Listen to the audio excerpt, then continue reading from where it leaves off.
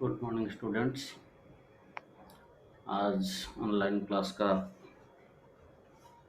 चौथा क्लास है जिसमें हम कक्षा 10 के विकास चैप्टर का आगे बढ़ाने के लिए यहाँ प्रस्तुत हुए हैं। आप लोग सब घर में रहिए और सुरक्षित रहिए। इसी आधार पर पीजीटी दिशा 7 की प्रोग्राम के तहत हम आप लोग को यहाँ पढ़ाने के लिए उपस्थित हुए हैं। पिछला क्लास में हम लोग पढ़े थे विकास क्या है, विकास का दृष्टिकोण क्या क्या है, उसका मूल लक्ष्य क्या है। आज हम लोग देखेंगे विकास को मापने का क्या क्या तरीका है। ये वीडियो हमने छोड़े थे विकास मापने का क्या क्या तरीका है। मुख्यतः 3 तरीका होता है विकास मापने का। एक हो गया आपका कुल आय, जो कि 1700 इकाई में अर्थशास्त्रियों ने उसे इस्तेमाल कर रहे थे। दूसरा हुआ प्रति व्यक्ति आय और तीसरा हुआ मानव विकास सूचकांक। ये 3 प्रकार का नापक है। जैसे हम लोग दूरी को किलोमीटर में नापते हैं, दूध को लीटर में नापते हैं, उसी तरह विकास को मापने के लिए ये 3 प्रकार का विधि है। पहला विधि हुआ आपका कुल आय। तो कुल आय, जिस देश का कुल आय जितना अधिक है उसे उतना विकसित देश माना जाता था, और जिस देश का कुल आय कम है उसे कम विकसित व गरीब देश माना जाता था। ये जो मानक है बहुत दिनों तक चला, लेकिन मार्शल अर्थशास्त्री आने के बाद, अर्थशास्त्री अल्फ्रेड मार्शल के आने के बाद ये मापक में बहुत व्यापक परिवर्तन, बहुत सारा खामियां पाया गया, जिसके चलते ये मापक को माना नहीं गया, सर्वमान्य नहीं रहा। तो इसीलिए उसको आगे परिवर्तन करने के ये में विश्व बैंक जो है हमारा, वो एक मानक का आविर्भाव किए थे, एक मानक शुरू किए थे। उसका नाम है प्रति व्यक्ति आय।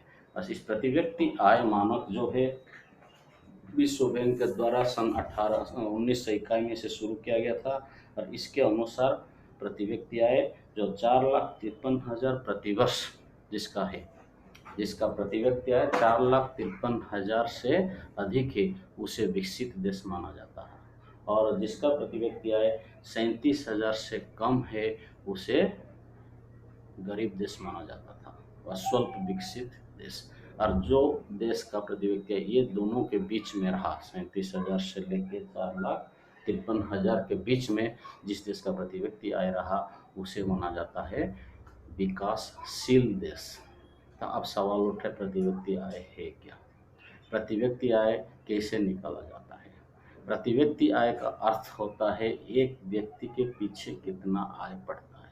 जैसे आपका घर में कुल सदस्य हैं 5 और पिताजी का कमाई है 15,000, तो प्रति व्यक्ति एक व्यक्ति के पीछे कितना पैसा पड़ा, 15,000 बटे 5 यानी 3,000। तो इसी को बोला जाता है प्रति व्यक्ति आय। ठीक उसी तरह देश की प्रति व्यक्ति आय निकाला जाता है। देश का प्रति व्यक्ति क्या होगा, देश की कुल आय भागा देश की कुल जनसंख्या, उस आर्थिक वर्ष के लिए, उस वर्ष के लिए सिर्फ देश की कुल आय बटे देश की कुल जनसंख्या, वो हो गया प्रति व्यक्ति आय। तो उस प्रति व्यक्ति आय को नापा जाता है।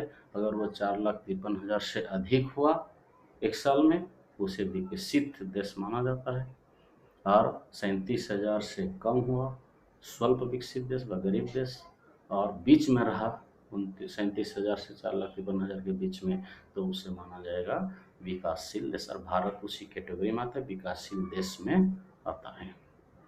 लेकिन इस मानक का भी बहुत सारा खामियां निकला। जैसे इसमें प्रति व्यक्ति आय तो निकाला गया, लेकिन कौन व्यक्ति का कितना आय है वो पता नहीं गया, किस व्यक्ति का कितना आय है उससे पता नहीं चलता। जैसे अभी हम उदाहरण दिए थे, आपका 15,000 पिताजी का इनकम है और 5 आदमी हैं, तो पर हेड 3,000 रुपया पड़ रहा है, लेकिन उसमें कौन व्यक्ति कितना कमा रहे उसको तो हमको जानकारी नहीं मिल रहा है।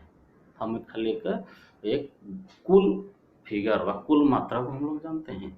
तो यह जो है इसमें यही कमी रही, जिसके चलते हम प्रत्येक व्यक्ति का कमाई के बारे में जानकारी नहीं हो पाया, और वो कमाई कैसे सबके बीच में डिस्ट्रीब्यूशन हुआ है, वितरण हुआ है, उसका भी जानकारी नहीं मिला।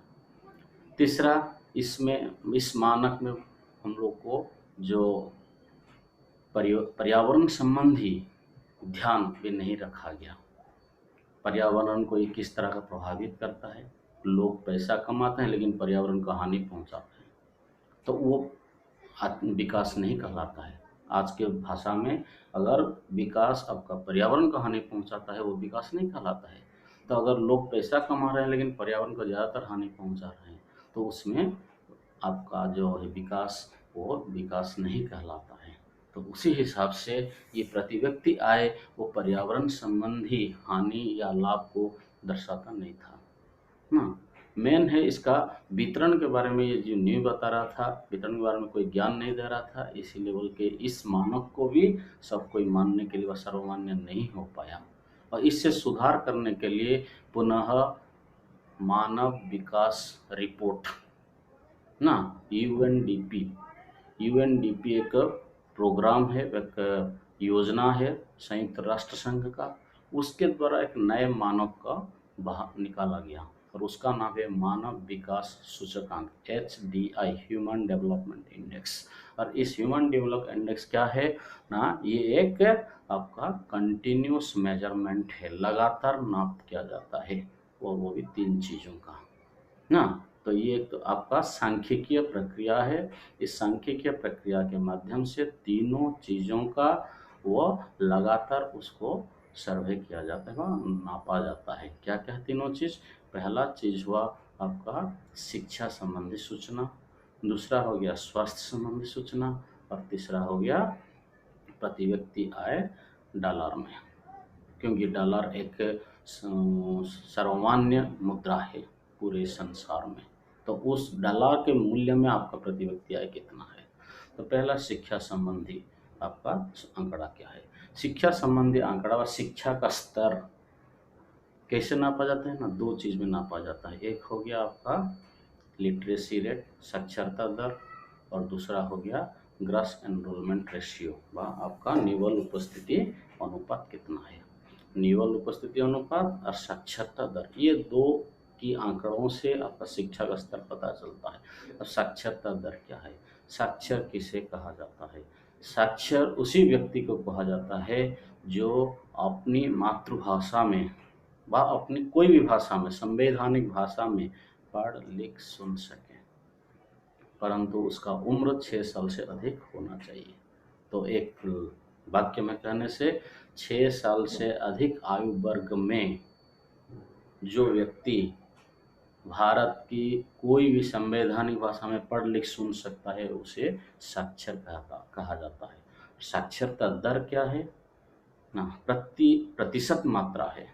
साक्षर व्यक्तियों की प्रतिशत मात्रा को साक्षरता दर कहा जाता है ना, यानी 100 में से कितना आदमी साक्षर हैं। और भारत में अभी साक्षरता दर आपका 64.7% यानी लगभग 65% है। दूसरा है निवल उपस्थिति अनुपात। निवल उपस्थिति अनुपात में क्या है ना, कितने बच्चे स्कूल जाते हैं एक निश्चित आयु वर्ग में। जैसे मान लिए 6 से 14 वर्ष के आयु वर्ग में जितने भी बच्चे हैं, क्या सभी बच्चे स्कूल जाते हैं? नहीं जाते हैं, कुछ बच्चे घर में रह जाते हैं। तो उसी का अनुपात, जितने बच्चे स्कूल जाते हैं भागा कुल बच्चों की संख्या, उसी आयु वर्ग में कुल बच्चों की संख्या, उसे बोला जाता है निवल उपस्थिति अनुपात ना। एक निश्चित आयु वर्ग में कुल बच्चे विद्यालय जाने वालों की संख्या भागा उस आयु वर्ग में कुल बच्चों की संख्या, उसे बोला जाता है निवल उपस्थिति अनुपात। So, ये दोनों की आंकड़ा से आपका शिक्षा का स्तर पता किया जाता है। उसके बाद स्वास्थ्य के स्तर, स्वास्थ्य के स्तर भी उसी तरह 2 चीज़ से पता किया जाता है। एक हो गया जीवन प्रत्याशा, दूसरा हुआ शिशु मृत्यु दर। जीवन प्रत्याशा क्या है ना, जन्म से लेकर संभावित आयु को जीवन प्रत्याशा कहा जाता है। एक व्यक्ति जन्म हुआ, हम लोग उसी दिन से उसका आस लगा के बिठाएंगे, ये इतना साल जिएगा, 50 साल जिएगा, 60 साल जिएगा, 70 साल, एक अंदेशा किया जाता है। तो इसीलिए इसका नाम है संभावित आयु। और भारत में संभावित आयु 68 साल है ना, यानी भारत में प्रति जो भी व्यक्ति जन्म लेता है हम उसी से मान लेते हैं कि 68 साल ये अपना जिंदगी जिएगा, उसे जीवन प्रत्याशा कहा जाता है। दूसरा शिशु मृत्यु दर। शिशु मृत्यु दर क्या है ना, शिशु किसे कहा जाता है शिशु कहा जाता है जो 0 से लेके 1 साल पहले उसे शिशु कहा जाता है। 1 साल के बाद उसे बालक या बालिका का वर्ग में रखा जाता है। तो पहला जब जब तक वो अपना माँ का स्तनपान करता है उसे बोला जाता है शिशु। तो शिशु मृत्यु दर यानी कितने शिशु मर जाते हैं प्रति 1000 जन्मित शिशु में से। तो उसका परिभाषा किस तरह होगा, तो एक आर्थिक वर्ष में प्रति 1000 जन्मित शिशु में से मरने वाले शिशुओं की संख्या को शिशु मृत्यु दर कहा जाता है। तो ये शिशु मृत्यु दर जितनी कम होगा उसकी देश के विकास का रफ्तार उतनी तेजी आएगा ना। तो ये दो चीज हुआ, आपका जीवन प्रत्याशा जितना अधिक होगा देश का विकास की रफ्तार उतना आगे होगा, शिशु मृत्यु दर जितना कम होगा देश का विकास उतना आगे रहेगा। उसी तरह शिक्षा के स्तर में साक्षरता दर जितना बढ़ेगा देश के विकास की गति बढ़ेगा, और निवल उपस्थिति अनुपात जितना बढ़ेगा देश के विकास की दर उतनी ही आगे बढ़ेगा ना। ये और तीसरा हो गया आपका प्रति व्यक्ति आय रुपए में नहीं, उसको अंतर्जातीय मुद्रा यानी डॉलर में प्रकाश किया जाता है। जितना होगा उसी के दूसरों देशों के साथ इसे तुलना किया जाता है। तो ये तीनों का जो सांख्यिकीय आंकड़ा है उसे बोला जाता है मानव विकास सूचकांक। और ये मानव विकास सूचकांक के अनुसार देश को 3 हिस्सा में बांटा गया है। ऊंचे मानव विकास सूचकांक वाले देश जो 1 से लेकर 44 सीरियल नंबर तक रहते हैं, 44 से लेकर 64 तक इसको बोला जाता है मध्यम मानव विकास सूचकांक, और 64 से जो नीचे रह गए देश उन्हें बोला जाता है अल्प मानव विकास सूचकांक वाले देश। इसी तरह इसे नापा जाता है, ठीक है। और विकास नापने का यही 3 तरीका है और ये 3 मापक है। इसी के आधार पर हम लोग दूसरे देशों के साथ तुलना करते हैं। भारत में भी देखा जाए तो राज्यों के बीच में हम इसी आंकड़ों के साथ तुलना करते हैं। एक आपका किताब में दिया है बिहार, महाराष्ट्र एवं केरल के बीच में एक अंतर्राज्यीय तुलना दिया है, और एक ठो आपको दूसरे देशों के साथ तुलना भी एक चार्ट के माध्यम से दिया है, श्रीलंका, नेपाल। तो इसमें से ज़्यादातर इस चैप्टर में से शॉर्ट क्वेश्चन आपको आता है, तो इसीलिए आप ये परिभाषा सब आंकड़ा सबको याद रखिएगा। तो वो SDI के अनुसार भारत का कितना क्रमांक है, श्रीलंका का कितना है, पाकिस्तान का कितना है, ये सबको याद रखना पड़ा, क्योंकि ज़्यादातर शॉर्ट क्वेश्चन इस चैप्टर से आता है, लॉन्ग क्वेश्चन नहीं आता है। तो बिहार के बारे में, बिहार का देखा जाए, अब उस एग्जाम्पल को देखिएगा किताब में जो दिया है, बिहार का प्रति व्यक्ति आय कम है, पर और केरला की प्रति व्यक्ति आय भी कम है, महाराष्ट्र का प्रति व्यक्ति आय अधिक है। तो महाराष्ट्र को विकसित देश माना जाना चाहिए, बिहार को विकसित देश माना जाना चाहिए, विकसित राज्य मानना चाहिए, लेकिन वो नहीं है। किंतु उसका जो मानव विकास आंकड़ा को देखेंगे उसी में पता चलता है सही में कौन विकसित है, कोई नहीं है। केरल का देखिएगा शिशु मृत्यु दर 11 है, बहुत कम है, जबकि बिहार में और महाराष्ट्र में ये 25 और उससे ज़्यादा, कहीं बिहार में है आपका 50, बिहार में 60, महाराष्ट्र में 49-50 तक है। तो शिशु मृत्यु दर में केरल का पायदान ऊपर है। ठीक उसी तरह साक्षरता दर में देखा जाए केरल का 91% है, बिहार का मात्र 47%। और निवल उपस्थिति अनुपात देखेंगे केरल का 91 है, बिहार का 41। तो इसीलिए प्रति व्यक्ति आय अधिक रहने के बावजूद भी आपका बिहार और महाराष्ट्र विकसित राज्य नहीं कहलाता है, क्योंकि उनका मानव विकास सूचकांक बहुत ही निम्न स्तर का है। हाँ, इसीलिए हम लोग को प्रत्येक राज्य को इस सामाजिक आंकड़ा को, इस मानव विकास सूचकांक के आंकड़ा को दुरुस्त करना चाहिए। अंतर्राष्ट्रीय स्तर पर भी हमारा देखा जाए भारत का स्थिति श्रीलंका के नीचे है। श्रीलंका, जबकि श्रीलंका एक छोटा सा देश है जो कि भारत के हरियाणा या हिमाचल प्रदेश जैसा ही होगा, जनसंख्या भी उतना ही है, लेकिन वो पायदान पर SDI क्रमांक मानव विकास सूचकांक में वो भारत से ऊपर है, क्योंकि उसका संभावित आयु हमसे ज़्यादा है, उसका साक्षरता दर भी हमसे ज़्यादा है ना। नेपाल का बात देखें, नेपाल एक छोटा सा देश है, लेकिन लगभग प्रति व्यक्ति आय में वो भारत का बराबरी कर रहा है।